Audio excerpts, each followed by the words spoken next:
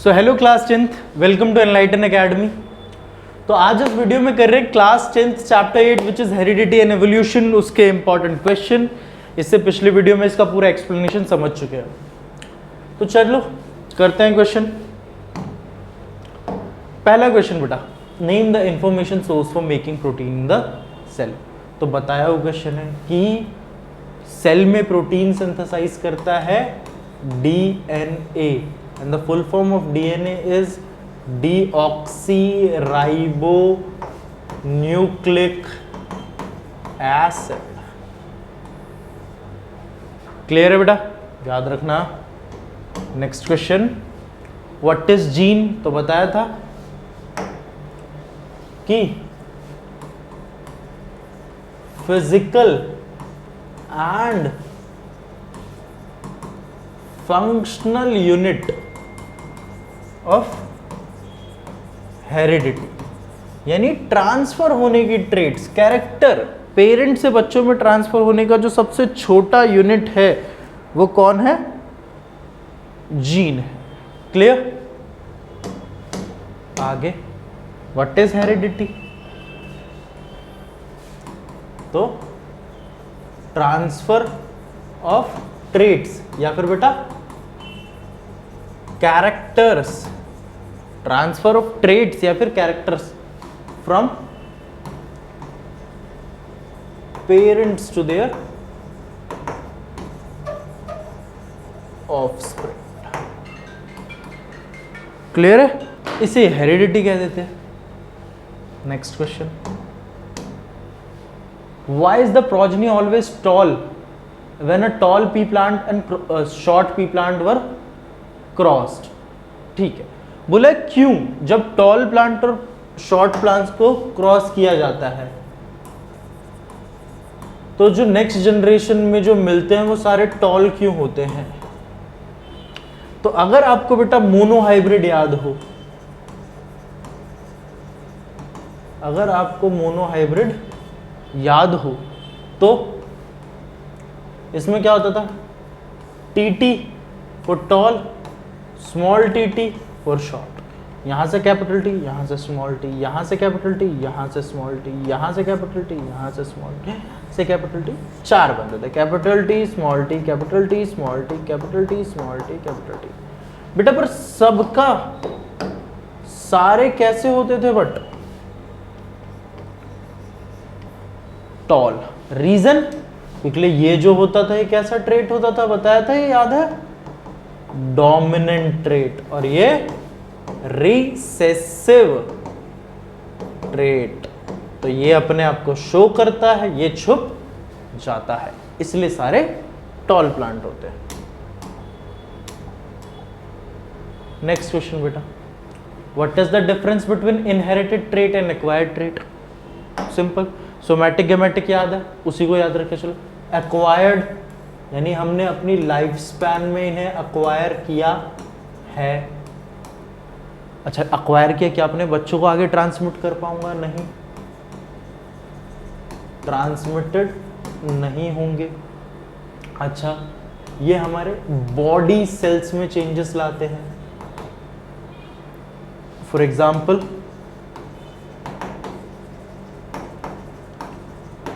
Swimming की knowledge मुझे है तो मेरे बच्चे को अपने पैदा होते स्विमिंग की नॉलेज थोड़ी होगी, ये तो एक्वायर्ड ट्रेट है क्योंकि। बट इनहेरिटेड ट्रेट जो मैंने अपने पेरेंट से इनहेरिट किए हैं, मुझे मिले हैं। दूसरा, अगर मुझे मिले हैं तो आगे ट्रांसमिट भी अपने बच्चों को भी दे सकता हूं। अच्छा, ये बॉडी सेल में चेंजेस लाते हैं। ये रिप्रोडक्टिव जर्म सेल्स किस में चेंजेस लाते हैं? रिप्रोडक्टिव जर्म सेल्स, स्पर्म या फिर ओवा में। अच्छा, फॉर एग्जाम्पल क्या? Hair colour, eye colour, skin colour, height, ये सारी चीजें। क्लियर है बेटा यहां तक? नेक्स्ट क्वेश्चन करते हैं। अब बेटा नेक्स्ट क्वेश्चन क्या है कि why did Mendel carry out an experiment to study inheritance of two traits in garden pea. कि जो उसने इनहेरिटेंस का एक्सपेरिमेंट किया था टू ट्रेट्स में, वो गार्डन पी में ही क्यों किया था? तो आपको पता था कि ह्यूमंस में नहीं कर सकता, क्यों? गार्डन में क्यों किया था? गार्डन पी में लाइफ स्पैन छोटा था, मल्टीपल जनरेशन्स को स्टडी किया जा सकता था, कई सारी जनरेशन में देखा जा सकता था। और क्या किया जा सकता था?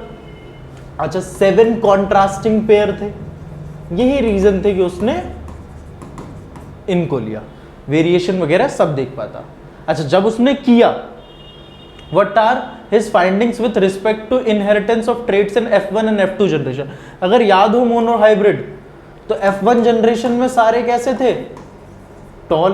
F2 जनरेशन का जो रेशियो था 3:1 का था, 3 थे टॉल, 1 था शॉर्ट। अच्छा, F2 जनरेशन का रेशियो भी मैंने आपको दे दिया 3:1।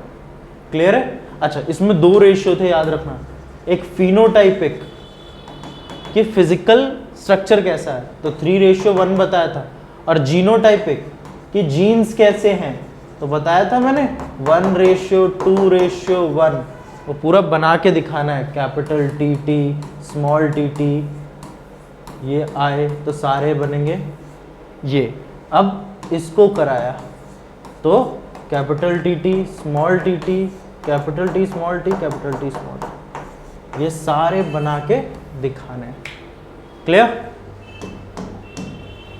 नेक्स्ट क्वेश्चन, अ ग्रीन स्टेम रोज प्लांट, एक ग्रीन स्टेम है, जीजी से डिनोट किया है, और एक ब्राउन स्टेम है जिसे स्मॉल जीजी से डिनोट किया है।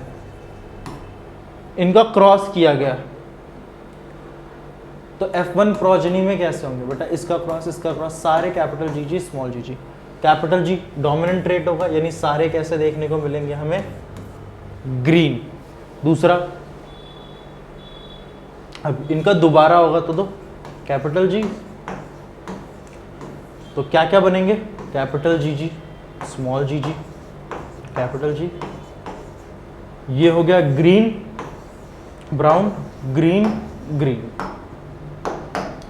ये हो गया ग्रीन, ब्राउन, ग्रीन, ग्रीन। तो क्या पूछा? परसेंटेज कितना है ब्राउन स्टेम का, मतलब टोटल वो 25%। कितना है? 25%। अब capital G G and capital G small G, capital G G कितना है? 1, कैपिटल जी स्मॉल जी जी कितना है? 2, तो रेशियो हो गया 1:2। Based on the finding of what conclusion can be drawn, क्या बता सकते हैं उससे? तो ये कि हमारा जो कैपिटल जी जी रहेगा वो क्या रहेगा? हमारा डोमिनेंट ट्रेट, और स्मॉल जी जी रिसेसिव ट्रेट। क्लियर है? तो यही सारी चीजें थी, ध्यान रखना इन्हें। बोल रहे it is a matter of chance whether a couple will have a male और फीमेल चाइल्ड। हाँ, बताया था 23 पेयर्स क्या होते हैं? क्रोमोसोम्स। क्या होते हैं? जिनमें से 22 पेयर्स तो बेटा होते हैं आपके ऑटोसोम्स, और एक पेयर होता है आपका बेटा सेक्स क्रोमोसोम्स, जो कि मेल में होता है XY और फीमेल में होता है बेटा XX। अब इनका जब क्रॉस कराएंगे तो क्या क्या बन सकता है? XX, XX, XY, XY। यानी 50% चांसेस कि बच्चा मेल होगा, 50% चांसेस कि बच्चा फीमेल होगा। तो मैटर ऑफ चांस है भाई, कुछ भी हो सकता है। नेक्स्ट बोला, why did Mendel choose garden pea for his experiment? बताया था 7 contrasting pair, short life span, multiple generation study कर सकता था। ठीक है, कोई भी 2 कॉन्ट्रास्टिंग कैरेक्टर बताना, तो या तो वो शॉर्ट होगा प्लांट या फिर टॉल होगा। और क्या बता सकते हैं? जो उसका कॉटिलेडॉन आउटर कवर होगा, ग्रीन होगा या येलो होगा, पॉड कंस्ट्रिक्टेड होगा या फुल होगा, एक्सियल या टर्मिनल उसके वो होंगे, स्टेम, कुछ भी बता सकते हो। Explain in brief how Mendel interprets his result to show that traits में, कैसे बताया उसने कि ट्रेट्स डोमिनेंट हो सकते हैं रिसेसिव? तो जो हमने मोनो हाइब्रिड देखा था, पहले आप पूरा मोनो हाइब्रिड बता दो, और मोनो हाइब्रिड के बाद आपने देखा कि फर्स्ट जनरेशन में सारे कैसे आ रहे हैं? 1 कैपिटल टी स्मॉल टी रहा है, बट सारे आ रहे हैं टॉल। मतलब क्या? टॉल आपका डोमिनेंट ट्रेट है और स्मॉल टी आपका रिसेसिव। ये तो सारे क्वेश्चन पीछे करा दिया। आगे law of dominance, simple. Law of dominance क्या कहता है? कि डोमिनेंट ट्रेट अपने आप को एक्सप्रेस करता है रिसेसिव ट्रेट को सप्रेस करके, ठीक है। लॉ ऑफ इंडिपेंडेंट असॉर्टमेंट क्या कहता है? लॉ ऑफ इंडिपेंडेंट असॉर्टमेंट कहता है कि जायगोट फॉर्मेशन के टाइम पे, जब जायगोट फॉर्म हो रहा होता है, तो जो अलील या फिर जो भी जीन आ रहा है नेक्स्ट जनरेशन, वो इंडिपेंडेंट है, उसे किसी दूसरे से कोई लेना देना नहीं है। Law of independent assortment. Law of segregation क्या कहता है बेटा? कि जब एक क्या बोलते हैं, जायगोट फॉर्मेशन में जब एक जीन ट्रांसफर होता है, एक अलील ट्रांसफर होता है, तो हमारा क्या है, कैपिटल टी था, स्मॉल टी था, बट नेक्स्ट जनरेशन में सिर्फ कोई एक ही जा पाता है दोनों में से। तो लॉ ऑफ सेग्रीगेशन ये कहता है। आई होप आपको सारी चीज़ें समझ आई होंगी। नेक्स्ट क्लास में मिलेंगे नेक्स्ट चैप्टर के साथ। बाकी कोई डाउट तो कमेंट सेक्शन खोला है, आप पूछ सकते हैं। Bye bye.